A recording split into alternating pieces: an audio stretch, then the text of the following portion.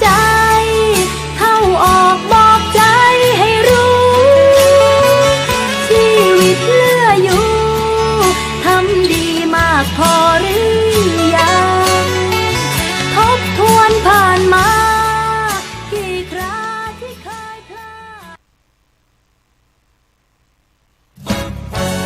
ดทำเป็นทีมสถานีธรรมะออนไลน์ขอเชิญติดตามชมรายการธรรมสากัจฉาสนทนาธรรมตามการคุยทุกเรื่องทุกประเด็นเติมธรรมะให้หัวใจเติมอาหารใจเติมพลังใจให้ตนเองเป็นประจำทุกวันเวลา 20 นาฬิกาเป็นต้นไปโปรดกดปุ่มติดตามและกด Subscribe เมื่อทำเป็นทีมมาเราจะได้พบกันเพื่อรับฟังสารธรรมข้อคิดดีๆมากมาย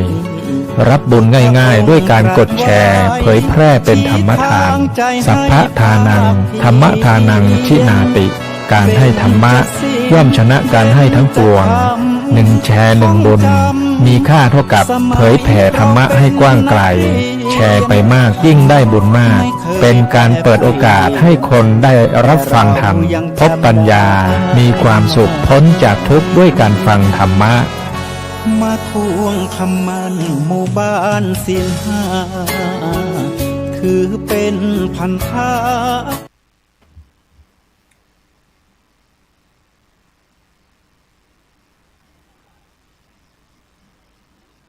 มองโลกด้านดีมีผลเห็นคนอื่นดีมีค่าปลูกใจให้เกิดศรัทธาตั้งหน้าทำดีมีคุณมองโลกด้านร้ายไกลกลับใจรับแต่เรื่องเครื่องคุณเหนื่อยหน่ายเลิกล้างทางบุญชีพวุ่นแท้แน่เอ่ยขอกล่าวคำว่าธรรมะสวัสดีกับบรรดาท่านผู้ฟังท่านผู้ชมทุกท่านที่กำลังติดตามช่องธรรมะเป็นทีมทีวีออนไลน์กลุ่มพระสงฆ์อุบาสกอุบาสิการ่วมกันเผยแผ่ธรรมะออนไลน์ไลฟ์สดทาง Facebook ทาง YouTube แล้วก็สถานีวิทยุเครือข่ายคลื่นสีขาวชาวประชา8จังหวัดภาคเหนือไม่ว่าเป็นบรรดาท่านผู้ฟังท่านผู้ชมที่อยู่ทางจังหวัดน่านจังหวัดแพร่จังหวัดลำปางจังหวัดพะเยาจังหวัดเชียงรายจังหวัดแม่ฮ่องสอนลำพูนแล้วก็เชียงใหม่หรือว่าบรรดาท่านผู้ฟังที่ติดตามทาง FM 104.50 เมกะเฮิรตซ์วัดฝายหินจังหวัดเชียงใหม่พร้อมทั้ง YouTube IDTO ทำเป็นทีมสากล YouTube วัดหลวงจอมคำเขมราชนครเชียงตุงพร้อมทั้ง Facebook พร้อมทุกช่องทางนะซึ่งในค่ำคืนนี้ก็เป็นคืนวันอาทิตย์ที่2เดือนมีนาคมพุทธศักราช2568ก้าวกับผมมัตตมภาพพระครูโสพลปริยัติเลขาคณะกรรมการโครงการหมู่บ้านรักษาศีล5หนเหนือวัดพระสิงห์วรมหาวิหารอำเภอเมืองเชียงใหม่จังหวัดเชียงใหม่ก็ได้นำรายการเห็นธรรมเห็นเราเห็นธรรมมาพบกับบรรดาท่านผู้ฟังท่านผู้ชมเป็นประจำทุกคืนวันอาทิตย์เวลาตั้งแต่20:00 นเป็นต้นไปจนถึงเวลาประมาณ21:00 นฉะนั้นก็บรรดาท่านผู้ฟังท่านผู้ชมก็สามารถที่จะให้กำลังใจโดยการกดติดตามกดไลค์กดแชร์เพื่อเป็นธรรมทานยิ่งแชร์มากก็ได้บุญมากแชร์น้อยก็ได้บุญน้อยไม่แชร์ก็ไม่ได้บุญหรือว่าจะร่วมสนับสนุนทางช่องธรรมะเป็นทีมร่วมกับมูลนิธิ1016เพื่อการกุศลโดยท่านอาจารย์เจ้าคุณพระวิสุทธิวัชราภรณ์หรือว่าครูบาขาววัดลัทธิวันพระนอนขอนตาลรองเจ้าคณะอำเภอแม่ริมจังหวัดเชียงใหม่ก็สามารถที่จะร่วมได้นอกจากนั้นก็มีมูลนิธิโพธิยาลัยมูลนิธิลุ่มน้ำโขงมหาวิทยาลัยมหาจุฬาลงกรณราชวิทยาลัยเขตเชียงใหม่คณะสงฆ์จังหวัดเชียงใหม่ โดยพระเดชพระคุณหลวงพ่อพระเทพสิงหวราจารย์ดร.รองเจ้าคณะจังหวัดเชียงใหม่ฝ่ายเผยแผ่พร้อมทั้งโครงการวัดประชารัฐสร้างสุขโครงการหมู่บ้านรักษาศีลห้านะหน่วยอบรมประชาชนประจำตำบลพร้อมทั้งที่ขาดไม่ได้ที่ผู้สนับสนุนก็คือบรรดาท่านผู้ฟังท่านผู้ชมนะที่คอยให้กำลังใจด้วยดีตลอดมานะฉะนั้นก็ในค่ำคืนวันนี้ก็เช่นเดียวกันนะตอนนี้ก็ทางเชียงใหม่ก็สดร้อนหรือว่าอุณหภูมิขึ้นหรือเปล่าไม่รู้เหมือนกัน ซึ่งจะเป็นเรื่องอะไรนะเดี๋ยวเราก็ค่อยมาคุยกันนะฉะนั้นก็บรรดาท่านผู้ฟังท่านผู้ชมก็สามารถนะที่จะโทรศัพท์เข้ามาเปิดสายหน้าใหม่นะคุยกับผู้ร่วมรายการหรือว่าแสดงความคิดเห็นหรือว่าจะรายงานเกี่ยวกับเรื่องการติดตามทางการไลฟ์สดของเราฟังจากไหนอยู่แห่งหนตำบลใดจังหวัดไหนก็โทรศัพท์เข้ามาได้นะที่083 324นะ7984นะซึ่งยุคนี้สมัยนี้เป็นยุค AI นะเราก็จำเป็นที่จะต้องเห็นทั้งภาพเห็นทั้งเสียงนะเพื่อที่ความสมบูรณ์แบบนะฉะนั้นบรรดาท่านผู้ฟังท่านผู้ชมก็สามารถนะคุยฝึกออกก็ได้นะมาคุยหรือว่าเอาเสียงออกก่อนก็ได้นะฉะนั้นก็อย่าลืมมาโทรมาที่083 324 7984ฉะนั้นเราก็จะไปพบกับผู้ร่วมรายการของเราก่อนไปที่พระอาจารย์วิสิทธิตวิสิทธิโธนะผู้ช่วยศาสตราจารย์ดร.นะจากมหาวิทยาลัยมหาจุฬาลงกรณราชวิทยาลัยวิเทศเชียงใหม่นมัสการครับอาจารย์ดร.ครับผมครับน้อมถวายความเคารพท่านอาจารย์พระครูโสพลปริยัตินะครับเจริญพรท่านรองศาสตราจารย์ดร.อภิโรมศิลาคำผู้ช่วยที่การบดีฝ่ายกิจการทั่วไปครับแล้วก็ผู้ฟังรายการทุกท่านนะครับผมไปพบที่ท่านที่สองเลยไปที่รองศาสตราจารย์ดร.อภิรมย์ศรีดาคำผู้ช่วยที่การบดีมหาวิทยาลัยมหาจุฬาลงกรณราชวิทยาลัยเขตเชียงใหม่ฝ่ายกิจการทั่วไปขอเจริญพรอาจารย์ดร.อภิรมย์ครับนมัสการพระเดชพระคุณครับท่านการพระมหาเถระทุกรูปครับวันนี้แต่งตัวหล่อเล่นหนุ่มน้อยเสื้อลายวันนี้ วันนี้เพิ่งเข้าบ้านเข้าบ้านรับวิทยากรอบรมหนักตรงนี้นะอบรมเป็นยังไงบ้างในช่วงนี้ไม่ค่อยได้เจอกันเลยเป็นไปที่ไหนมาอย่างไรเนี่ยปกติครับพระเดชพระคุณก็หุบเขาแห่งความสุขของเราก็ที่นู่นแหละครับที่ดอยสะเก็ดนะครับเราไปสร้างบ้านแปลงเมืองที่นั่นนะฮะแห่งใหม่ของพวกเราก็คิดว่าน่าจะเป็นผลงานชิ้นโบแดงของผู้บริหารที่ไปสร้างตรงนั้นนะรวมท่านพระอาจารย์วิสิทธิ์ด้วยได้ช่วยกันนะจัดการหลายอย่างพรุ่งนี้เนี่ยจะเข้าพบคณะบดีคณะสถาปัตย์และก็สถาปนิกล้านนาซึ่งท่านมาสเตอร์แพลนให้รวมทั้งพระอาจารย์วิสิทธิ์ด้วยซึ่งเป็นบุคคลสำคัญที่จะต้องไปพูดพรุ่งนี้รู้ครับรู้ผลว่าความสุขของเราเนี่ยนะครับไปทำอะไรนะไปทำมาสเตอร์แพลนครับเพื่อที่จะวางอะไรทุกสิ่งทุกอย่างให้มันเหมาะสมกับพื้นที่ของเราที่มีอยู่นะจะเป็นแลนด์มาร์คแห่งใหม่ของจังหวัดเชียงใหม่นะครับตรงนี้ครับเนี่ยสวยงามมากครับแล้วก็จะเป็นสิ่งที่มหัศจรรย์มากเอาง่ายๆนะครับคือเพื่อพระพุทธศาสนาพระเดชพระคุณครับเพื่อคณะสงฆ์ไทยเรานี่แหละนะก็คิดว่าปีหน้าเนี่ยพวกเราจะขึ้นป้ายหุบเขาแห่งความสุขทั้ง4มุมเมืองที่ทางออกไปอำเภอต่างๆจังหวัดต่างๆเนี่ยเขตเชื่อมต่อนะครับนะเราจะมุ่งมาที่นี่ครับเราจะมุ่งมาที่นี่ว่าหุบเขาแห่งความสุขของเรามีดีอะไรตรงนี้คือกำเนิดเกิดก่อของนักปราชญ์ที่มีความรู้ในเรื่องพระศาสนาและปรัชญานะครับทั่วโลกนะอันนี้ทั่วโลกเลยพระเดชพระคุณครับ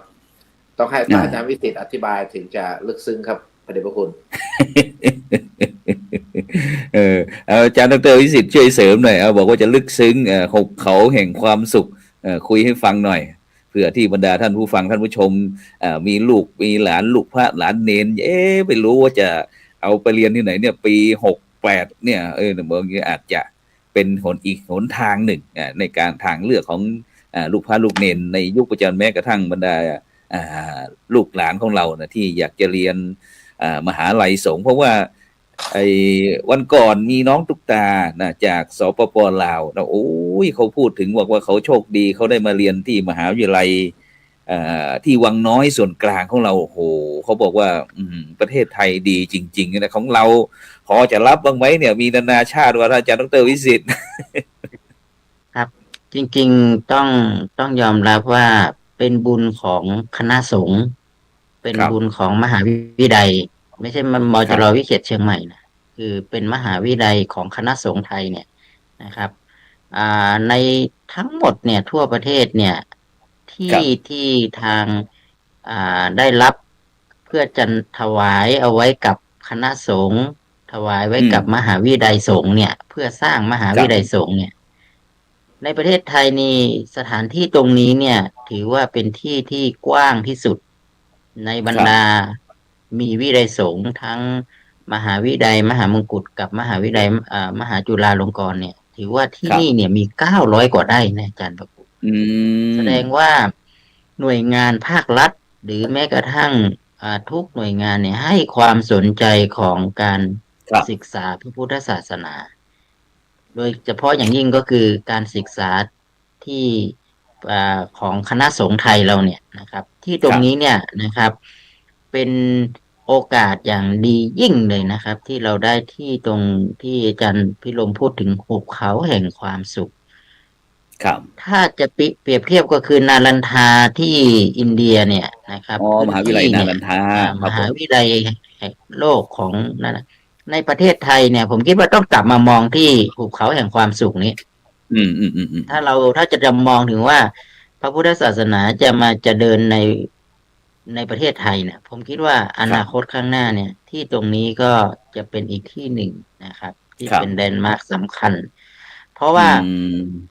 ที่นี่มันเป็นอาเซียนครับอาจารย์พระครูโสพลถ้าเรามองถึงก็จุดพิกัดของเชียงใหม่เนี่ยนะครับเป็นจุดใหญ่ที่สุดนะบรรดา8จังหวัดภาคเหนือเรานี่ก็คือเชียงใหม่นะถ้าเราพูดถึงเชียงใหม่เราพูดถึงรับบุญแห่งล้านนาเนี่ยเราก็พูดถึงที่เชียงใหม่ครูบาเจ้าศรีวิชัยใช่ไหมครับทั้งที่เราจะมาถึงเชียงใหม่เราก็มองถึงองค์พระธาตุลอยสุเทพอย่างเงี้ยนะดังนั้นเนี่ยแลนด์มาร์คที่สำคัญมหาวิทยาลัยสงฆ์ที่เป็นแห่งมหาวิทยาลัยสงฆ์ของคณะสงฆ์ไทยเนี่ยผมว่าต่อไปข้างหน้าเนี่ยที่ผมพูดนี่คือสถานที่นะมันสถานที่กว้างใหญ่กว่ามหาวิทยาลัยมจร.วังน้อยอาจารย์ครูโสพล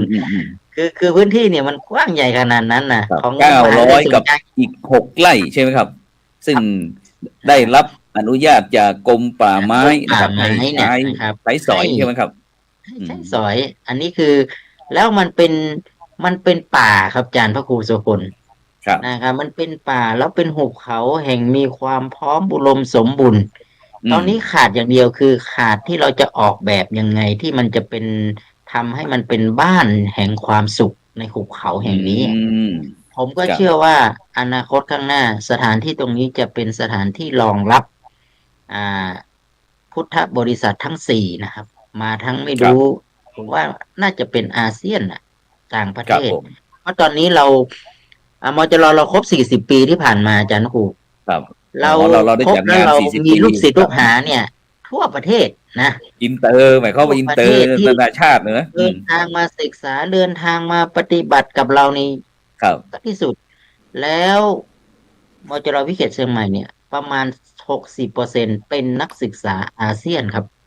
เป็นนักศึกษาที่มาศึกษาพระพุทธศาสนาประเทศพม่าประเทศลาวกับทั้งนั้นเลยครับจีนเข้ามาเวียดนามเขมรเรามีเป็น1,000 กว่ารูปนะอาจารย์พระครู1,000 กว่ารูปคนครับผมมันมีเราก็ได้มองว่าโอ้ถ้าเราสามารถพัฒนาที่ตรงนี้เนี่ยเราไม่ได้มองถึงเพียงแค่ในประเทศไทยเนาะเรามองถึงอาเซียนเรามองถึงความเป็นสากลนะครับตอนนี้เราก็เริ่มจะเปิดเป็นมีศูนย์การเรียนแล้วเห็นว่าจะมีการสร้างวัดถวายนักบุญแห่งล้านนาไทยบุรพาจารย์ของเราพระสงฆ์นักพัฒนาด้วยใช่ไหมครับอาจารย์ครับถ้าเราพูดถึงสถานที่ตรงนี้เนี่ยเราก็คิดว่ามันเป็นโอกาสที่เราจะได้สร้างวัดมหาจุฬาเป็นนโยบายของท่านอธิการบดีครับ ท่านอธิการบดีท่านให้นโยบายว่าเราควรจะสร้างวัดเอาไว้ในมหาวิทยาลัยนะครับ อย่างน้อยก็คือจะได้เป็นที่พำนักของพระสงฆ์นะครับ นิสิตเราที่เดินทางมาจากนานาประเทศที่มาศึกษาเราก็จะมีวัดประจำมหาวิทยาลัยอันนี้ก็เป็นยุทธศาสตร์ของท่านอธิการบดีที่อยากให้มจรทุกที่เนี่ยมีวัดนะครับ และตอนนี้เราก็จะทำควบคู่กันไปเลยครับอาจารย์ครูโสพลครับสร้างวัดในหุบเขาแห่งความสุขนี้นะเพื่อจะสร้างให้มีความพร้อมแล้วก็เป็นสถานที่รองรับเป็นการเผยแผ่พระพุทธศาสนาแล้วก็มองไปถึงอนาคตข้างหน้าเนี่ยนะครับ ผมคิดว่าเราอาจจะต้องมีทุกนิกายเนาะไม่ใช่เฉพาะแค่เป็นนิกายเฉพาะแค่ของเราอาจจะทางสายพุทธสายมหายานต่างๆเนี่ยก็อาจจะเข้ามามีส่วนร่วมในการที่จะร่วมเรียนรู้ร่วมพัฒนาร่วมเผยแผ่ธรรมด้วยกันครับครับพูดง่ายๆก็หมายความว่าในอนาคตอันใกล้นี้นะครับที่เสียดายนะครับที่หลายท่านหลายคนยังไม่ได้มานะครับที่หุบเขาแห่งความสุขนะครับฉะนั้นก็แน่นอนละนี่คืออนาคตนะครับของคณะสงฆ์ไทยเราอีกวิทยาเขตหนึ่งนะครับแต่ในช่วงถึงแม้เราจะสร้างนะครับสร้างงานอะไรต่างๆนะครับไม่ว่าจะเป็นเรื่องการศึกษาการเผยแผ่การศึกษาสงเคราะห์สาธารณะสงเคราะห์สาธารณูปการนะครับแล้วก็แม้กระทั่งการสร้างพุทธมณฑลนะครับประจำจังหวัดนะครับนี้เป็นภารกิจนะครับของคณะสงฆ์ไทยเรานะครับให้ทุกจังหวัดได้ทำงานเหมือนกันนะครับแต่เชียงใหม่เราก็ถือว่าสุดยอดนะครับแต่ในช่วงนี้ก็ถือว่าเชียงใหม่เราก็สุดยอดเหมือนกันกำลังฮอตนะครับ ลงเป็นข่าวนะครับอันนี้ผมอยากจะคุยเพิ่มเติมอาจารย์พระครูโสพลพอมีขุบเขาแห่งความสุขเนี่ยเราก็มีญาติโยมครับพอเราพูดถึงเราจะสร้างวัดเนาะอาจารย์พระครูเนาะไม่ว่าทางมหาวิทยาลัยเชียงใหม่ทางมหาวิทยาลัยแม่โจ้นะครับมหาวิทยาลัยต่างๆที่อยู่ในเชียงใหม่เนี่ยก็เหมือนกับอยากจะมาร่วมกันสร้างวัดสร้างหุบเขาแห่งความสุขนี่อาจารย์นะครูเพราะจริงๆแล้วเรามหาวิทยาลัยสงฆ์เราเนี่ยเรายังขาดความรู้เนาะขาดความรู้ด้านเรื่องของการจัดทำมัตเตอร์แปลนจัดเรามีแต่การเผยแผ่ศึกษาธรรมะแล้วปฏิบัติเนาะอาจารย์ครูเนาะแต่พอมันมีพื้นที่อย่างนี้ให้เราเนี่ยไอการจะออกแบบสถาปินไอสถานตรงนี้มันจะอยู่ตรงนี้จะเหมาะเกือบกับสุขภาพนู่นนี่นั่นอะไรต่างเนี่ยเราไม่มีองค์ความรู้ด้านนี้ครับอาจารย์ครับใช่ครับใช่มันจึงเป็นโอกาสนะครับโอกาสที่เราจะได้มีได้ร่วมกันสร้างโดยเฉพาะยิ่งมหาวิทยาลัยเชียงใหม่เนี่ยทางคณะสถาปัตย์มชเนี่ยที่อาจารย์พิรมพูดถึงเนี่ยเขาก็อยากทำบุญใหญ่ก็คือทำยังไงที่จะมีส่วนร่วมในการออกแบบร่วมกันสถาปนิกล้านนานะมหาวิทยาลัยแม่โจ้เห็นไหมอาจารย์ครูมันไม่มีมหาวิทยาลัยไหนที่จะสามารถรวมกลุ่มคนที่มีจิตที่เป็นกุศลนะที่จะมาร่วมกันทำภูเขาแห่งความสุขที่ผมบอกว่าภูเขาแห่งความสุขนี้ต้องกลับมาร่วมกันสร้างใช่เราไม่ได้เป็นลักษณะว่ามาเป็นของมจรนะมันไม่ใช่ครับผมมองว่านี่คือวัดมหาวิทยาลัยแสดงว่าสถาบันการศึกษาทุกที่เนี่ยก็มาร่วมกันสร้างวัดนี้ใช่ครับนะครับเพราะเป็นสัญลักษณ์ของการศึกษาที่อาจารย์พิรมขึ้นเนี่ยที่อาจารย์เห็นนี่คือประตูเข้านะประตูเฉยๆนะอาจารย์นกุศลนะครับว่าเราทำไมเราถึงต้องทำให้มันเห็นความวิจิตรขนาดนี้ก็เพื่อที่จะให้เห็นว่าตรงนี้เนี่ยเราพูดถึงเรื่องพระไตรปิฎกครับเห็นไหมครับอาจารย์ครับเห็นไหมครับมันคือพูดถึงคำสอนนะพูดถึงคำสอนนะครับนะ84,000พระธรรมขันธ์เนี่ยพูดถึงเรื่องนี้เลยนะครับเรารวมกันขนาดนี้เล่มครับพระไตรปิฎก4อันนี้เราก็ทำเป็นไตรปิฎกะนะครับที่บอกว่าแข่งขึ้นอย่างเงี้ยเราพูดถึงความเจริญรุ่งเรืองในอนาคตการเผยแผ่การปักคำสอนเอาไว้ในมหาจุฬาหรือมหาวิทยาลัยของว วิทยาลัยสงฆ์ ครับ ผมคิดว่าอนาคตข้างหน้าเนี่ย มันก็จะเป็นสิ่งที่จะลึกไว้ แต่ถ้าเราทำเด็กๆเนาะมันก็รู้สึกว่าจะไม่การสถาบันการศึกษาของเราเนี่ยโอ้ อืม หลายภาคส่วนที่เข้ามาเนี่ย อย่างนี้ ครับ ครับนะ มันต้องทำให้เห็นแล้วก็ทุกคนจะได้รู้สึกว่ามันการมีเข้ามามีส่วนร่วมนะครับ เพียงแค่เราเดินผ่านประตูไปเนี่ยขนลุกเลยนะอาจารย์โอ้โห ครับ ขนลุกคือผมเดินผ่านเข้าไปในขนลุกเลยอาจารย์ถ้าอาจารย์พระครูลองผ่านเข้าประตูเข้าไปในขนลุกเลยเข้าไป ครับ ยังไม่เข้าไป ซึ่งก็ ข้างในเนี่ยนะ ผมก็คิดว่าน่าจะเป็นความหวังนะครับ ของมหาวิทยาลัยภาคีเครือข่ายของเราที่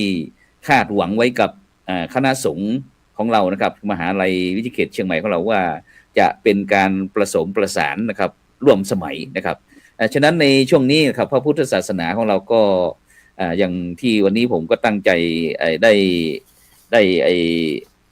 ตั้งหัวข้อไว้กันบอกว่าความคาดหวังชาวพุทธยุคใหม่วัดจะอย่างไรดีนะครับ ซึ่งวัดตรงนี้ก็หมายถึงรวมกระทั่งแม้ทั้งศาสนาทายาทนะครับ ทั้งวัดทั้งบุคคลอะไรต่างๆในทางพุทธศาสนาของเราครับอาจารย์ครับ อย่างที่เราเห็นในภาพเนี่ยครับนี่ก็เป็นความหวังเหมือนกันตรงนี้ก็เป็นอีกหนึ่งตัวอย่าง ค ที่ รับ เรามีความภาคภูมิใจ ด้วย ครั ข บ องความเป็นนักบวชเนาะเป็นสถาบัน อืม การศึกษา ที่เราเห็นนี่คือลูกเนนที่เป็นสานาทายาท ครับ ที่มาจากนานาประเทศครับอาจารย์พระครู อืม โสพลเราไม่ได้ทอดทิ้ง ครับ บวชในพระ อืม พุทธศาสนา ตอนนี้มีทั้งหมดอยู่เกือบ 2,000 รูปนะอาจารย์ครับ ครับ ปีนี้นะครับจบประถมศึกษาไปประมาณ 1,022 รูป ครับ แล้ว 1,022 รูปนี้เราก็ส่งต่อพระปริยัติธรรม ทีนี้ลองถามว่าพระปริยัติธรรมเนี่ยนะครับ ได้รับสานาทายาท 1,000 กว่ารูปเนี่ย ในปีนี้กระเจิดกระจายกันอยู่ใน 25 อำเภอหรืออยู่ 2 จังหวัดเชียงใหม่กับลำพูนน่ะ ครับ แล้ว 1,000 กว่ารูปนี้นะครับอาจารย์ อนาคต ครับ ข้างหน้าคือต้องมาที่หุบเขาแห่งความสุข สาธุครับ นะครับ แล้วก็เป็นสานาทายาทที่เป็นนักบวชมาจากลุ่มแม่น้ำโขง ครับ เราไม่ได้มองถึงว่ากลุ่มนี้นะครับ ตอนนี้เราสามารถพูดได้ชัดเจนว่าเราจัดประถมศึกษาถึงระดับปริญญาเอก ให้กับนักบวชในพระพุทธศาสนา ครับ ยังไม่มี เป็น สถา แห่ บั ง น เดียวใน ที่ขาจั ประเทศไทยเนาะเป็นแห่งเดียวในประเทศไทย ยังไม่มีสถาบันไหนที่จัดประถมศึกษาให้กับนักบวชเนี่ยนะจัดประถมไปถึงระดับ ไม่มีมหาวิทยาลัยไหน จัด ใช่ ผมก็ยังหาตำรายังไม่เจอว่าใครที่จัดประถมศึกษาไปถึงระดับปริญญาเอก นี่ครับมจรวิเขตเชียงใหม่เนี่ย เรามีแล้ว ครับ แล้วผลิตปีนี้เป็นปีที่ 3แล้วครับอาจารย์พระครูโสพลครับ ครับสาธุครับ เราจัดการศึกษาทั้งในระบบและนอกระบบควบคู่กันไปเลย อืม ตอนนี้เนี่ยเป็นเรื่องที่เรากำลังคุยกันว่า เรื่องของสานาทายาทเรื่องพระพุทธศาสนาแสดงว่า ทุกกลุ่มวัยเลยครับ ที่เข้ามาสู่การบวชหรือการในเนี่ยมีการศึกษาเท่าเทียมกันนะครับอาจารย์พระครูโสพลตอนนี้อาจจะเห็นภาพ ครับ เขาอยู่ประถมอีก อืม 6 ปีเขาจะไปนั่งอยู่ในมหาวิทยาลัย อืม นะครับ แล้วไอ้พันกว่ารูปเนี่ยอาจารย์คิดว่านักบวชกลุ่มนี้เนี่ย พอเขาเรียนจบมหาวิทยาลัยเขาจะกลับไปประเทศ ก็ไปเผยแผ่ศาสนาในภูมิภาครูปแม่น้ำโขงต่อ ครับ ครับดังนั้นนี่ก็ ครับ เป็นความหวังนะครับ ความหวังที่ทางมหาวิทยาลัยมหาจุฬาลงกรณราชวิทยาลัยเขตเชียงใหม่นะครับ ร่วมกับคณะสงฆ์จังหวัดเชียงใหม่พร้อมทั้งภาคีเครือข่ายนะครับ อีกนิดหนึ่งอาจารย์พระครูเนื่องจากว่า ครับ ตอนนี้มันวิกฤตนักบวช อืม มจรเราตอนเนี้ยนะครับ เรามีนักบวชที่มาเรียนเนี่ยน้อยมากอาจารย์ตอนนี้ อืม ทุกที่เลย ทั่วประเทศเนี่ย เราจะมีคฤหัสถ์เป็นส่วนใหญ่ เพราะนักบวชเราเริ่มน้อยลงนะครับ ครับ ดังนั้นเนี่ย ถ้าเราไม่สร้างตั้งแต่สานาทายาทเด็กๆอย่างเงี้ย แล้วเราจะรอให้เขาโตขึ้นมาแล้วมาบวชเรียนเนี่ยมันยากละนะครับ แต่เป้าหมายของการมีมหาวิทยาลัยสงฆ์เราต้องทำให้เขาได้เป็นนักบวช ถ้าฆราวาสมาเรียนแล้วบวชได้เนี่ยอันนี้คือประสบความสำเร็จแล้วนะแต่ทีนี้เรายังไม่สามารถทำให้ฆราวาสมาเนี่ยส่วนมากจะทำให้พระเป็นฆราวาสเนาะจะเยอะขึ้นฉะนั้นสิ่งที่เรากำลังคิดก็ว่าเราลองทดลองให้ต้นกล้าน้อยๆเนี่ย ให้เขาเป็นสานทายาทเลย ต่อยอดกันไปเนี่ย ให้ไปถึงที่มหาจุฬาดูครับครับครับฉะนั้นบรรดาท่านผู้ฟังและท่านผู้ชมที่กำลังติดตามรายการเห็นธรรมเห็นเราเห็นธรรมนะซึ่งวันนี้ก็ได้ตั้งวงสนทนานะซึ่งก็มีทั้งอาจารย์ดร.วิสิทธิวิสิทธิโธนะจากท่านรองศาสตราจารย์ดร.อภิรมย์ศรีดาคำพร้อมทั้งก้าวกับผมธรรมภาพพระครูโสพลปริยัตินะซึ่งวันนี้ก็ต้องขอบคุณอนุโมทนากับบรรดาท่านผู้ฟังท่านผู้ชมนะทางจังหวัดแพร่จังหวัดน่านลำพูนลำปางเชียงใหม่แม่ฮ่องสอนลำปางเชียงรายนะ8 จังหวัดภาคเหนือของเราเพราะว่าวันนี้เรามีการไลฟ์สดไปสู่สถานีเครือข่ายขึ้นสีขาวชาวประชา8 จังหวัดภาคเหนือโดยความเมตตาของท่านอาจารย์พระครูอภิวัฒนวิกรมรองเจ้าคณะอำเภอดอยหล่อวัดปากทางเจริญซึ่งวันนี้เราก็มาคุยให้กับบรรดาท่านผู้ฟังท่านผู้ชมว่ามหาวิทยาลัยมหาจุฬาลงกรณราชวิทยาลัยเขตเชียงใหม่คณะสงฆ์จังหวัดเชียงใหม่พร้อมทั้งภาคีเครือข่ายเนี่ยเราได้ทำอะไรนะเพราะว่าในปัจจุบันนี้เราก็ต้องยอมรับจริงว่ายุค AI เนี่ยนะพี่น้องประชาชนชาวโลกของเราเนี่ยได้รับผลกระทบทั่วโลกเหมือนกันนะไม่ว่าจะประเทศไทยประเทศลาวประเทศพม่าประเทศจีนประเทศอังกฤษฝรั่งเศสอะไรต่างๆไม่ว่าอยู่ทั่วโลกเนี่ยได้รับเหมือนกันหมดนะฉะนั้นพี่น้องประชาชนคนไทยเราเมื่อได้รับผลกระทบจากยุคโลกาภิวัตน์ก็เราก็มีของดีในประเทศไทยเราก็คือเรื่องวัดเรื่องพระพุทธศาสนาโดยเฉพาะเราก็จะเห็นว่าวัดเนี่ยในปัจจุบันนี้ก็เป็นความหวังนะหวังที่จะให้เป็นที่ขัดเกลาจิตใจเป็นที่การสร้างบุญสร้างกุศลนะโดยเฉพาะบทบาทของวัดที่สังคมในยุคปัจจุบันเนี่ยที่คาดหวังว่าได้มีโอกาสที่จะเข้าไปเรียนไปศึกษาหลักธรรมคำสอนต่างๆนะฉะนั้นแต่บทบาทของวัดไม่ได้จำกัดอยู่เพียงแค่เป็นสถานที่ประกอบพิธีกรรมทางพระพุทธศาสนาเท่านั้นแต่ยังต้องเป็นศูนย์ทางจิตวิญญาณการศึกษาและการพัฒนาสังคมซึ่งสามารถตอบสนองต่อความต้องการของผู้คนในยุคใหม่ได้ได้รูปแบบไม่ว่าจะวัดเป็นศูนย์กลางศึกษาพระปริยัติธรรมการศึกษาแล้วก็พระปริยัติธรรมวัดเป็นศูนย์กลางสังคมแล้วก็ชุมชนแล้วก็ที่คาดหวังก็คือวัดต้องโปร่งใสทันสมัยแล้วก็บริการดีแล้วก็สุดท้ายก็คือวัดควรส่งเสริมแนวคิดพุทธศาสนาร่วมสมัยนี่ก็คือเรื่องการที่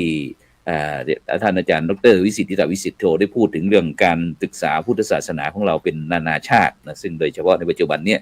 ฉะนั้นเนี่ยซึ่งโดยเฉพาะ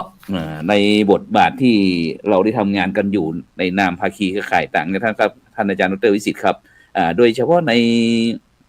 นอกจากที่เราจะให้บริการด้านการศึกษาแก่บรรดาลูกลูกพระลูกเนนพร้อมทั้ง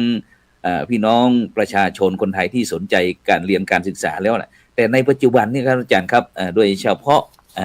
ที่ในวันที่7วันศุกร์ที่7มีนาคมนะครับพุทธศักราช2568นะครับซึ่งเราทางศูนย์ไก่เกลี่ยนะครับข้อพิพาทภาคประชาชนนะครับตำบลพระสิงห์ก็ในนามคณะสงฆ์จังหวัดเชียงใหม่นะครับก็จะได้มีโครงการถวายความรู้นะครับทางกฎหมาย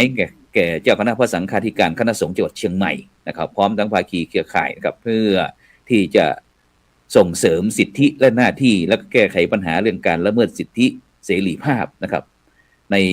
วันที่7มีนาคมนะครับที่จะถึงนี้ที่ห้องประชุมโรงเรียนดอยสะเก็ดพดุงศักดิ์ตำบลเชิงดอยอำเภอดอยสะเก็ดจังหวัดเชียงใหม่นะครับฉะนั้นก็อยากจะ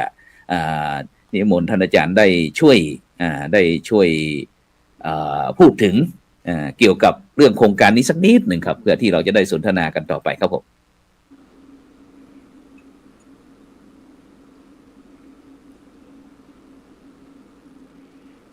ครับเบื้องต้นอาจจะต้องขอเท้าความนิดหนึ่ง ครับ ก็คือเรื่องนี้เป็นเรื่องที่สำคัญนะครับ โดยเฉพาะอย่างยิ่งเราเคยเห็นสิ่งที่สำคัญที่สุดถ้าเป็นมติมหาเถรสมาคมหรือเป็นข้อระเบียบคำสั่งเนาะจริงๆเรื่องนี้มันเป็นความร่วมมือระหว่างกรมคุ้มครองสิทธิและเสรีภาพกับมหาเถรสมาคมแต่เราก็ไม่ค่อยพูดกันเนาะเราไม่ค่อยพูดกันเรื่องของที่ว่า เอ๊ะทำไมพระสงฆ์เราเนี่ยนะครับ จะต้องมารับรู้เรื่องนี้ เนื่องจากว่า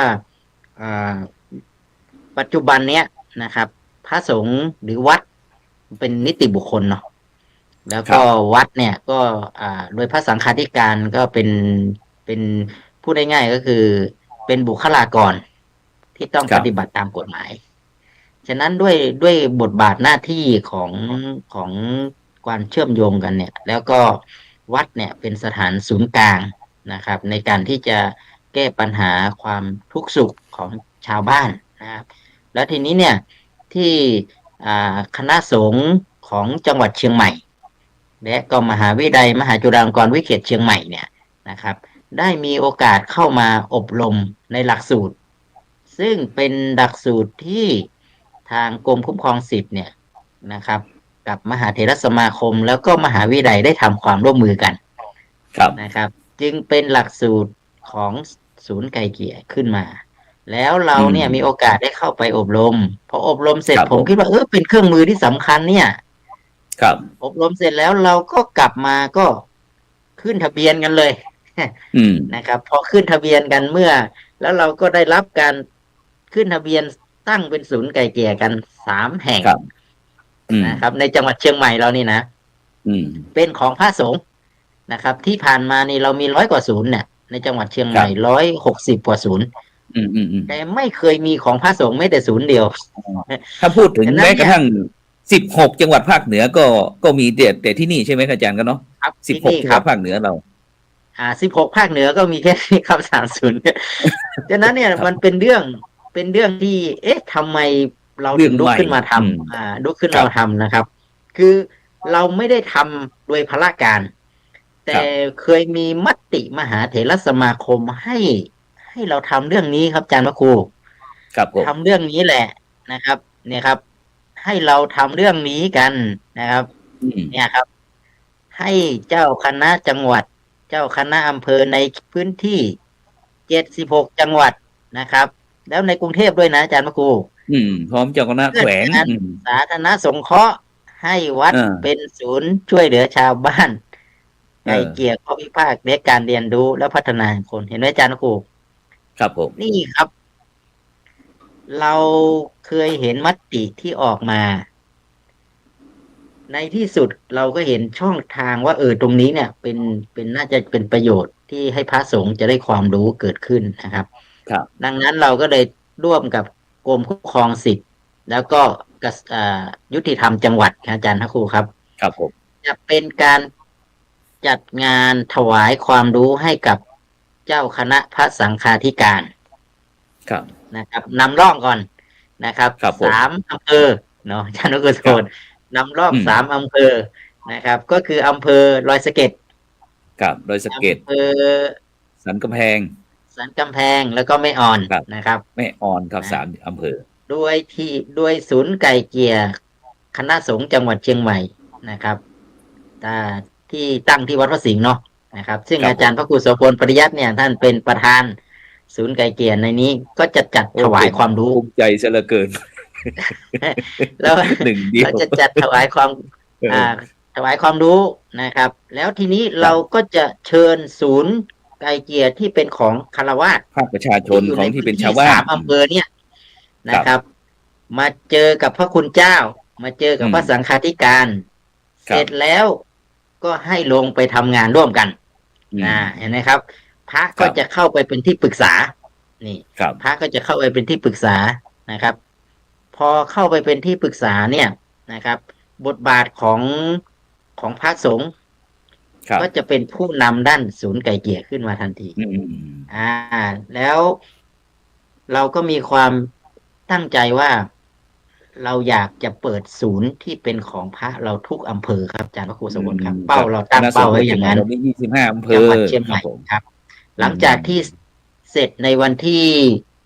7 นี้ ที่7เราก็จะได้พื้นที่ของอำเภอ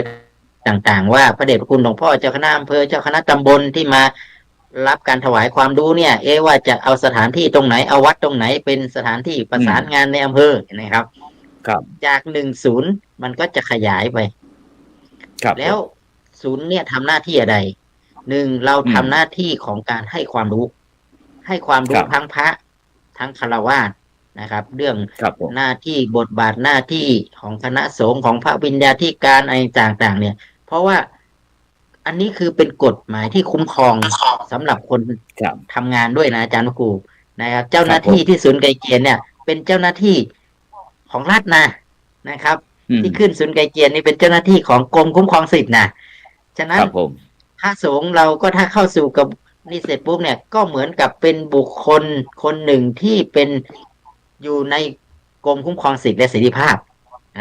เห็นไหมครับ เราก็มีเขาเรียกว่ามีกลไกหนึ่งที่จะมาช่วยพระเราเนี่ยนะครับ ได้ทำงานได้สะดวกขึ้น มีภาคีเครือข่ายบางอย่างเนี่ย เราอาจจะไม่รู้เรื่องกฎหมายนะครับ เราก็อาจจะมีความรู้ด้านกฎหมาย ตอนนี้กฎหมายพรบคณะสงฆ์นี่เอาไม่อยู่ครับในวัดนี่นะมันมีทั้งกฎหมายอย่างอื่นอีกเยอะแยะเนาะที่เข้ามาเนี่ย เราก็ควรที่จะต้องรู้นะครับคณะสงฆ์เรามีความรู้เรื่องกฎหมาย ต่อไปมหาวิทยาลัยก็อาจจะต้องเปิดเนี่ยอาจารย์พิโรมอาจจะต้องเปิดสาขาด้านกฎหมายถวายให้กับคณะสงฆ์เราเคยเปิดพรบการปกครองคณะสงฆ์ให้กับนะครับมหาวิทยาลัยเนี่ยก็จัดบทบาทนี้แล้วแต่ถ้าเกิดเราอบรมแล้วมีพระสังฆาธิการสนใจเรื่องกฎหมายจะเข้ามาต่อไปอาจารย์พิรมอาจจะเปิดหลักสูตรรัฐศาสตร์ที่มจร.วิเศษเชียงใหม่ก็เป็นการตีคล้องร้องเปล่าในหลักสูตรใหม่เห็นไหมเพื่อสนองงานให้กับคณะสงฆ์ในจังหวัดเชียงใหม่เลยด้วยซ้ำผมมองว่าอย่างนี้นะครับว่ามันจะเป็นประโยชน์ต่อเชื่อมต่อกันถึงมันจะไม่ได้เป็นเพียงแค่ศูนย์ไก่เกลี่ยแต่ต่อไปเนี่ยมันจะต้องเป็นประกาศนียบัตรหรือเป็นหลักสูตรอะไรที่จะต้องขยับให้พระเราได้มีความรู้ด้านนี้มากขึ้นแล้วก็สิ่งสำคัญก็คือเราจะได้สนองงานพระสังฆาธิการเนี่ยนะครับของคณะสงฆ์เนี่ยอย่างที่เต็มสมบูรณ์แบบนะครับบทบาทของมหาวิทยาลัยด้วยครับผมครับสาธุครับงั้นเราจะไปที่รองศาสตราจารย์ดร.อภิรมย์ศรีดาคำนะครับในฐานะที่เป็นทั้งผู้ช่วยอธิการบดีนะครับมจร.เขตเชียงใหม่ฝ่ายกิจการทั่วไปนะครับแล้วก็เป็นรองประธานศูนย์ไก่เกลี่ยข้อพิพาทภาคประชาชนนะครับคณะสงฆ์จังหวัดเชียงใหม่อาจารย์ดร.ได้ยินอย่างนี้แล้วเป็นยังไงบ้างเนี่ยสบายใจถามความรู้สึกหน่อยสบายใจสบายใจสบายใจยังไงช่วยขยายหน่อยสบายใจก็คือว่าตอนนี้พระสงฆ์รุ่นใหม่เนี่ยเริ่มที่จะเข้าไปช่วยเหลือพี่น้องประชาชนโดยเฉพาะแล้วก็คณะสงฆ์ด้วยไม่ได้ละเลยคณะสงฆ์นะครับศูนย์ไกลเกลี่ยภาคประชาชนเนี่ยพวกเราไปอบรมกันมาเนี่ยโอ้โหเรามีองค์ความรู้มากมายเห็นพระสงฆ์เข้าไปอบรมด้วยมีพระครูแล้วก็ท่านพระอาจารย์วิสิทธิ์โอ้ก็ยิ่งดีใจพระสงฆ์เข้ามาเนี่ยนะเพราะพระสงฆ์เราถูกหลอกเยอะในเรื่องกฎหมายเรารู้แต่เรื่องพระธรรมวินัยจริงๆแล้วเนี่ยพระธรรมวินัยเนี่ยก็คือกฎหมายบ้านเมืองนั่นเองนะพระธรรมก็คือเชิงรัฐศาสตร์ส่วนพระวินัยก็คือนิติศาสตร์นะครับแต่พระสงฆ์เราเนี่ยก็เคร่งแต่วินัยครับนะพอมาเจอกฎหมายไทยครับเราเห็นได้จากในอดีตที่ผ่านมาพอเอากฎหมายไทยมาจากพระธรรมวินัยเนี่ยซึ่งมันผิดฝาผิดตัวก็คือเอาคนที่ไม่อยู่ในไม่ได้อยู่ในคณะสงฆ์เนี่ยมาจัดการพระสงฆ์อย่างเงี้ยเพราะฉะนั้นต่อจากนี้ไปเนี่ยผมเชื่อมั่นว่าพระสงฆ์ที่มีความรู้ในเรื่องเกี่ยวกับการไกลเกลี่ยหรือว่ากฎหมายทั้งหลายเนี่ยที่จะมาประยุกต์ใช้เนี่ยพระสงฆ์เนี่ยควรจะดูแลพระสงฆ์เองเสร็จแล้วกฎหมายบ้านเมืองเนี่ยถ้ามันผิดนะครับก็ค่อยว่ากันมันไม่ยากอย่าด่วนตัดสินใจว่าเอากฎหมายบ้านเมืองมาจับพระสงฆ์ที่ประพฤติอะไรบางอย่างที่เขาคิดว่ามันผิดเห็นไหมครับตอนนี้คือสมณศักดิ์คือสมณเพศ คือสมณศักดิ์แล้วเป็นไงสิ่งที่มันหายไปสิ่งที่มันขาดไปสิ่งที่กระทำลงไปแล้วเนี่ยมันคืออะไรมันก็เสียหายครับเพราะฉะนั้นตอนนี้พระสงฆ์มีความรู้แล้วเนี่ยเวลาทางหน่วยงานทางราชการเข้ามาสอบสวนเข้ามาจับเข้ามาอะไรก็แล้วแต่ผมว่าผู้ที่อบรมการไกล่เกลี่ยภาคประชาชนเนี่ยนะครับซึ่งมีพระสงฆ์อยู่ด้วยรวมทั้งผมด้วยเนี่ยนะรวมคือจริงๆแล้วเนี่ยผมเองเนี่ยก็เข้าไปใกล้ชิดกับคดีหลายคดีเหมือนกันที่ไปพูดคุยนะครับที่ไปพูดคุยขอให้บ้านเมืองเนี่ยใจเย็นๆอย่าไปใจร้อนนะครับอย่าด่วนทีนี้มันมีการเมืองเข้าแทรกครับท่านการเมืองคณะสงฆ์เข้าแทรกมันทำให้กระบวนการเนี่ยมันเสียนะมันเร่งรัดพัฒนามันยิ่งกว่ารปช.ครับเร่งรัดพัฒนาชนบทครับพระเดชพระคุณพัฒนาชนบทที่ทำถนนหนทางนี่ไวแล้วใช่ไหมแต่ตรงนี้ไวกว่าอีกครับเพราะสงฆ์มันเป็นเรื่องละเอียดอ่อนใช่คือถ้าหากว่าพระรูปใดที่ไม่ดีเนี่ยพระธรรมวินัยเขาก็จะจัดการกันเองโดยอัตโนมัติโดยให้พระสงฆ์ได้เป็นใหญ่ซะนะในการมาพิจารณาเรื่องพระธรรมวินัยเรื่องอะไรเนี่ยมันสบายนะครับนะเหมือนกับน้ำทะเลเนี่ยซากศพขยะทั้งหลายได้เข้าหาฝั่งนะผู้ที่เป็นพระสงฆ์เนี่ยถ้าไม่ปฏิบัติดีเนี่ยก็จะถูกซัดทอดออกไปอาจจะสึกบ้างอะไรบ้างก็เป็นเรื่องธรรมดานะครับหรืออาจจะคือหมดบุญพระเหลืองนะท่านหรือไม่ก็อาจจะแพ้ภัยตัวเองอะไรแบบนี้เนาะนะอย่าได้กังวลก็อยากจะบอกพี่น้องพุทธศาสนิกชนเนี่ยนะได้รับทราบว่าขณะนี้เนี่ยมีการอบรมมีการอบรมไกล่เกลี่ยภาคประชาชนนะแล้วเราก็ตั้งศูนย์ขึ้นมาที่วัดพระสิงห์เนี่ยผมเชื่อว่าพระสงฆ์ที่เข้ามารับการอบรมในวันที่7เนี่ยครับนะอำเภอดอยสะเก็ดนะครับพระสงฆ์เนี่ยก็จะรู้เยอะคือจริงๆแล้วเนี่ยมหาจุฬาเนี่ยจะเปิดนิติศาสตร์เป้าหมายก็คือเจ้าอาวาสเลขาเจ้าคณะอำเภอเลขาเจ้าคณะตำบลหรือว่าเจ้าคณะตำบลจะมาเรียนสาขาวิชานิติศาสตร์เพื่อที่จะเป็นภูมิคุ้มกันของท่านเองนะถ้าพระสงฆ์ไม่รู้กฎหมายเนี่ยแล้วเผื่อทางบ้านเมืองเข้ามาเนี่ยนะหรือว่าอะไรก็แล้วแต่เล็กๆน้อยๆเนี่ยเข้ามาเนี่ยคือมาในทางที่ไม่ดีก็แล้วกันพระสงฆ์ก็กลัวเนาะกลัวเพราะว่าท่านเองไม่ได้สนใจเรื่องกฎหมายหรือว่าไม่มีความรู้เรื่องกฎหมายท่านก็โอเคนะให้เข้ามาทำอะไรก็ได้เพราะท่านไม่อยากจะต่อสู้อะไรกับพี่น้องประชาชนหัวดำๆอย่างผมหรอกนะบางทีก็เสียหายนะครับจริงๆพระไม่ได้ผิดอะไรวัดไม่ได้ผิดอะไรแต่ว่าท่านไม่อยากจะโต้เถียงไม่อยากจะขึ้นศาลอะไรแบบเนี้ยนะครับถ้าพระได้เรียนนิติศาสตร์เนี่ยต่อจากนี้ไปเนี่ยผมคิดว่าญาติโยมที่คิดไม่ดีนะหรือว่าคิดอยากจะทำลายมีเยอะนะต้องบอกกับพี่น้องประชาชนเลยว่ามีเยอะพวกที่หากินกับพวกคุณเจ้านะต้องบอกเลยฮะแม้กระทั่งแก๊งคอเซ็นเตอร์ในปัจจุบันนี้พระคุณเจ้าก็ตกเป็นเหยื่อเยอะเข้าไปอาศัยวัดเนี่ยที่เข้าไปทำลายพระสงฆ์ที่ไปทำลายวัดเนี่ยเยอะนะแต่ก็มีพี่น้องพุทธศาสนิกชนเนี่ยเข้าไปช่วยเหลือพระนะก็ทำให้เบาบางลงไปแต่ถ้าเกิดว่าพระเนี่ยได้รู้กฎหมายเองแล้วเนี่ยต่อจากนี้ไปเนี่ยผมคิดว่าท่านคงจะมั่นใจเนาะในการพูดคุยกับคนเหล่านั้นหรือว่าโต้ตอบนะด้วยข้อกฎหมายหรืออะไรพวกเนี้ยคือหลายวัดนะพระเดชพระคุณครับที่มีความขัดแย้งกันเจริญพรมีความขัดแย้งกันพอขัดแย้งกันปั๊บเนี่ยก็นึกถึงทำยังไงจะหาทางออกมีทางออกทางเดียวก็คือการไกล่เกลี่ยนะการไกล่เกลี่ยถ้าอยากจะวินด้วยกันก็คือต้องมาไกล่เกลี่ยถ้าขึ้นศาลแจ้งความเมื่อไรแน่นอนต้องมีฝ่ายหนึ่งแพ้อีกฝ่ายหนึ่งชนะเพราะฉะนั้นกลุ่มของพวกเราเนี่ยนะก็ตั้งไกล่เกลี่ยศูนย์ไกล่เกลี่ยภาคประชาชนเข้ามาเพื่อที่จะตอบสนองความต้องการของคนในสังคมนะโดยเฉพาะพระคุณเจ้าแล้วก็พี่น้องที่ไม่มีเงินแล้วก็มีปัญหากันพวกเราก็อยากจะไปช่วยไปพูดคุยนะไปเจรจาให้วินด้วยกันอย่าทะเลาะเบาะแว้งกันเลยแต่ถ้ามันเนื้อบากกว่าแรงคุณก็ขึ้นสู่กระบวนการนะทางยุติธรรมของบ้านเมืองนะยิ่งมีเจ้าหน้าที่ยุติธรรมจังหวัดมาพูดคุยด้วยกับเราเนี่ยถือ ถือว่าสุดยอดนะพระเดชพระคุณครับ ส่วนกลางด้วยยุติธรรม ครับ ทรงยุติธรรมจากส่วนกลางด้วยที่มาคุยด้วย ใช่ผมถือว่าสุดยอดตัวเนี้ยถือว่าพระคุณเจ้าก็เป็นโอกาสที่จะได้สอบถามเกี่ยวกับประเด็นต่างๆ ที่วัดของท่านมีปัญหา อันเนี้ยมันก็จะเป็นทางออกที่ดีครับผมท่านจริงๆพระคุณเจ้าก็ไม่ควรจะฟ้องใครพระคุณเจ้าถ้าไม่อยากฟ้องใครอยู่แล้วโดยส่วนมากเนาะไม่อยากจะฟ้องใครไม่อยากจะสูงสิงกับใครอยู่แล้วเรื่องขึ้นศาลเนี่ยพระคุณเจ้าท่านไม่ต้องการหรอกแต่มันก็บางอย่างบางทีมันก็จำเป็นจะต้องใช้อุบาสกอุบาสิกาอย่างอุบาสกอย่างผมเนี่ยฮะเข้าไปดูแลพระสงฆ์ครับผมก็ประมาณนี้พระอาจารย์สาธุฉะนั้นก็อยากจะขยายข้อความของไก่เกลี่ยสักนิดหนึ่งกับบรรดาท่านผู้ฟังท่านผู้ชมกันว่า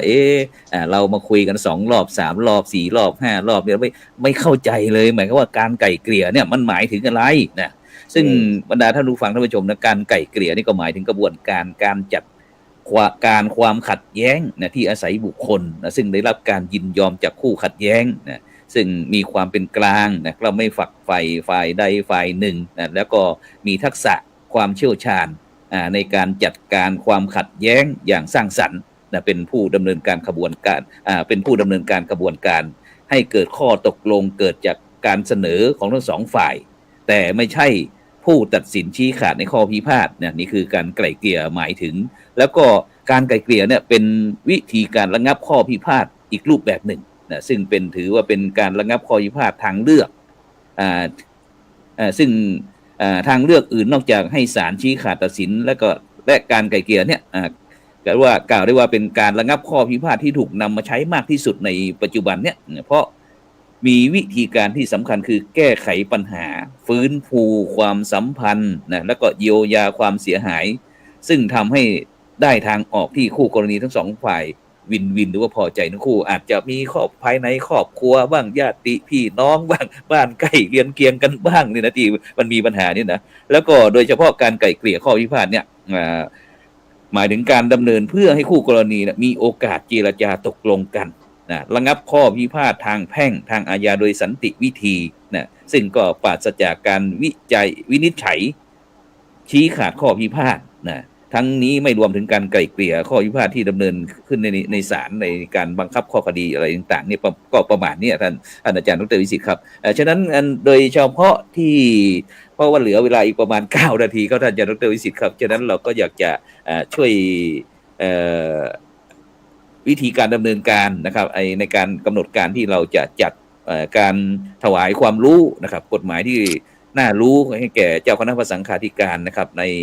คณะสงฆ์จังหวัดเชียงใหม่ในวันที่7นะครับที่โรงเรียนดอยสะเก็ดพดุงศาสตร์นะครับตำบลเชิงดอยอำเภอดอยสะเก็ดจังหวัดเชียงใหม่นิมนต์ครับท่านอาจารย์ดร.วิสิทธิ์ครับผม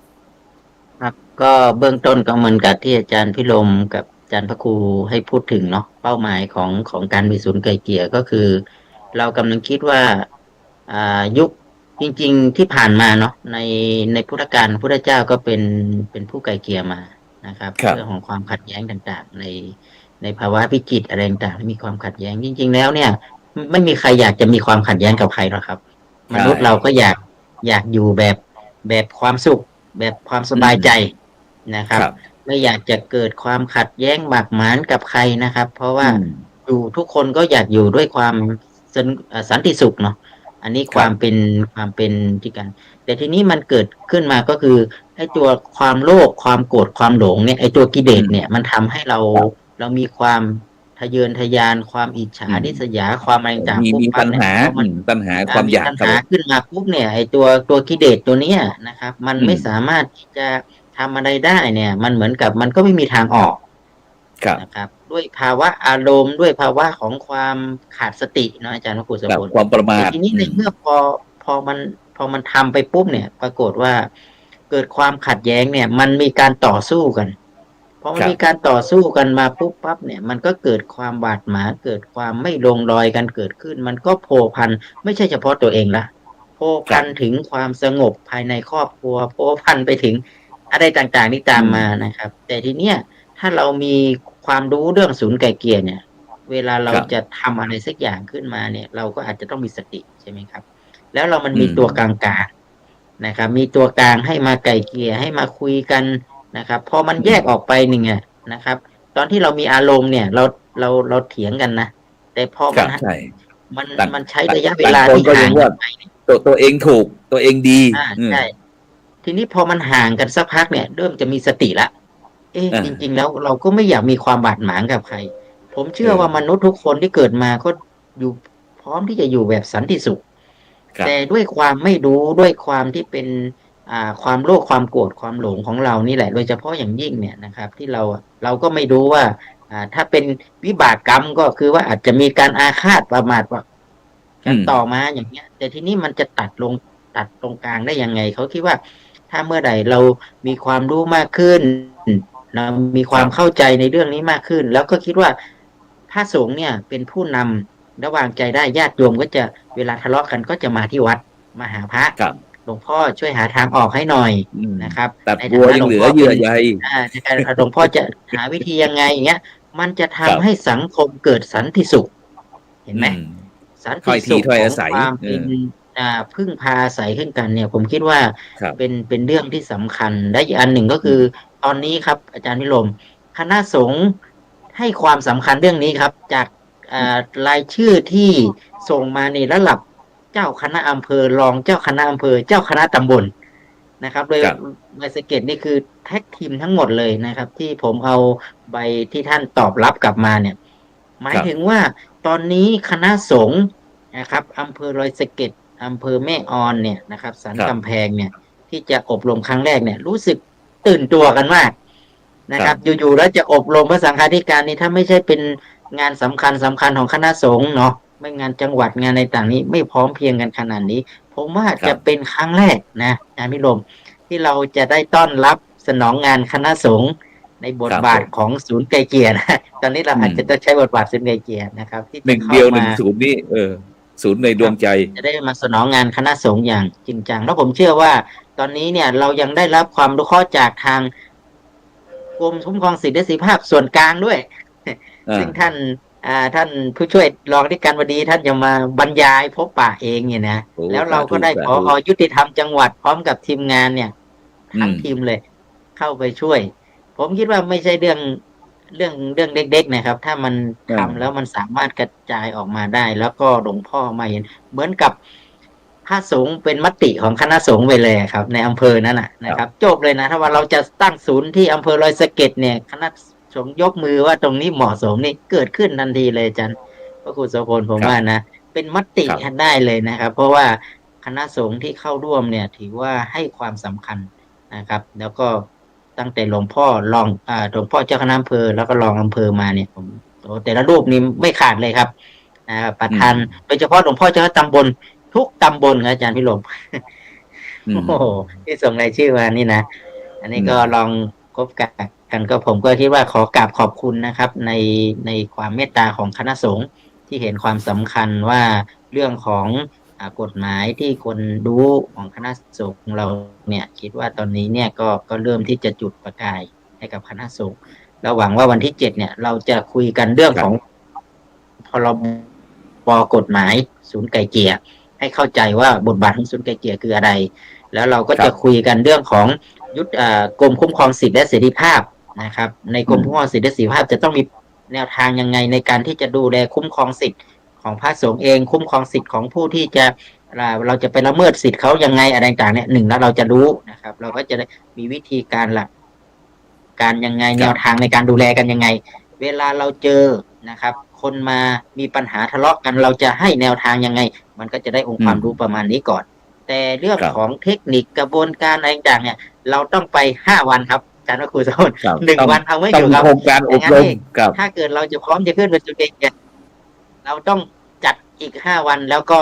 ผมคิดว่า5 วันนี้เราจะจัดถวาย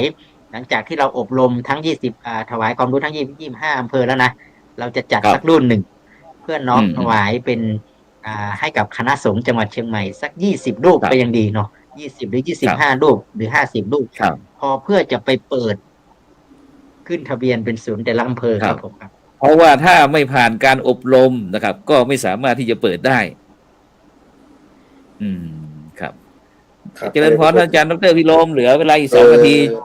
ผมคิดว่าทำไมมีพระสงฆ์มาลงทะเบียนเยอะขนาดนี้เนี่ยผมคิดว่าตอนนี้เนี่ยพระสงฆ์เนี่ย ยหาความยุติธรรมที่พระสงฆ์ที่จะทำกับพระสงฆ์เอง ก็คือพระอาจารย์พระครูโสพลท่านพระวิสิทธิ์ซึ่งเป็นผู้อบรมมาแล้วก็จัดโครงการนี้ขึ้นมาเนี่ยพระสงฆ์ก็เลยมีโอกาสพอเห็นปั๊บเนี่ยโอ้โหพระสงฆ์กับพระสงฆ์มาจัดให้กันโดยการไกล่เกลี่ยภาคประชาชนและผ่านกระบวนการมาเรียบร้อยแล้วเนี่ยมันเป็นสิ่งที่พระสงฆ์ต้องการถ้าให้โยมมาจัดการไกล่เกลี่ยกับพระสงฆ์มาจัดงานให้พระสงฆ์เนี่ยพระสงฆ์ไม่ไว้ใจนะผมอันนี้ความรู้สึกของผมนะเหมือนกับว่าเอ๊ะทำไมอะไรคือตอนนี้ผมเชื่อว่าพระสงฆ์โดยเฉพาะพระสังฆาธิการที่เป็นเจ้าอาวาสหรือเจ้าคณะตำบลเจ้าคณะสงฆ์ปกครองเนี่ยนะท่านคงจะมีอะไรบางอย่างที่อยากจะถามพระครูโสพลและท่านพิสิทธิ์แล้วก็ทั้งยุติธรรมด้วยนะว่าการที่พระสงฆ์อยู่อย่างเนี้ยมันเกิดปัญหาอย่างนู้นอย่างนี้อย่างนั้นไม่ได้ไปถามใครต้องถามพระสงฆ์ด้วยกันเองดีกว่าถึงจะเข้าใจแล้วมีพระอาจารย์ทั้งสองรูปมาเป็นตัวเชื่อมเห็นไหมพอเป็นตัวเชื่อมปั๊บเนี่ยมันใช่เลยครับมันคุยแบบสบายเปิดอกคุยนะเห็นไหมอันเนี้ยผมเชื่อว่าพระสงฆ์เนี่ยท่านโหยหาอยากจะคุยพูดยังไงอยากจะคุยปัญหาที่เกิดขึ้นมาอยากจะคลายข้อกังขาที่มีอยู่นะครับระบายความในใจให้กับพระอาจารย์ฟังว่าโอเคพระอาจารย์ไปอบรมมาแล้วมีกระบวนการอย่างไรอะไรอย่างไรแล้วก็มียุติธรรมจังหวัดแล้วก็ส่วนกลางด้วยมาโอ้โหอันนี้มันยิ่งดีใช่ไหมว่าเราเนี่ยมาถูกทางแล้วนะเพื่อสาธารณะบัญชีขุมทรัพย์ให้แล้วอะไรแบบเนี้ยซึ่งเรื่องนี้เป็นเรื่องสำคัญครับเดี๋ยววันที่7นี้เจอกันเจริญพรฉะนั้นก็เสียดายเนาะเวลาหมดท่านผู้ฟังท่านผู้ชมที่สนใจนะสามารถที่จะติดตามในการเวทีสัมมนาการถวายความรู้กฎหมายแก่เจ้าคณะพระสังฆาธิการคณะสงฆ์จังหวัดเชียงใหม่ที่มีคณะสงฆ์อำเภอดอยสะเก็ดสันกำแพงแล้วก็แม่อ่อนนะในวันศุกร์ที่7เดือนมีนาคมพุทธศักราช2568ที่โรงเรียนดอยสะเก็ดพดุงศาสตร์ตำบลเชิงดอยอำเภอดอยสะเก็ดจังหวัดเชียงใหม่ในวันนั้นนะเพราะว่าเราก็ไปสอบถามกันตรงนั้นเพราะว่าตรงนี้เรามีเวลาแค่ชั่วโมงเดียวนะฉะนั้นต้องขอบคุณท่านทั้งสองท่านนะไม่ว่าจะเป็นผู้ช่วยศาสตราจารย์ดร.วิสิทธิตวิสิทธโธนะท่านรองศาสตราจารย์ดร.พิรมศรีดาคำนะจากมหาวิทยาลัยมหาจุฬาลงกรณวิทยาลัยเขตเชียงใหม่จากศูนย์ไกล่เกลี่ยภาคประชาชนนะคณะสงฆ์จังหวัดเชียงใหม่นะที่ได้มาร่วมเพื่อที่จะเอาน้ำจิ้มออเดิร์ฟมาให้บรรดาท่านผู้ฟังก่อนนะฮะคณะครูบาอาจารย์เราได้ฟังแล้วเราก็จะไปเรียนรู้ร่วมกันนะครับในวันนั้นนะครับที่วันที่7นะครับฉะนั้นก็ในค่ำคืนนี้ขอบคุณอนุโมทนากับทุกท่านนะครับที่ไม่ว่าจะติดตามทางคลื่น 104.50 เมกะเฮิรตซ์ภาคีเครือข่ายคลื่นสีขาวชาวประชาทั้ง YouTube ทั้ง Facebook นะครับด้วยดีตลอดมานะครับฉะนั้นก็ในค่ำคืนนี้ก็ขอนำรายการเห็นธรรมเห็นเราเห็นธรรมจากบรรดาท่านผู้ฟังไปก่อนนะครับหลับฝันดีนะครับมีเงินใช้ไร้โลคาพยาธิไม่เจ็บไม่จนร่ำรวยทุกคนสำหรับในค่ำคืนนี้ขอกล่าวคำว่าสาธุกล่าวนมัสการครับพระเดชพระคุณครับ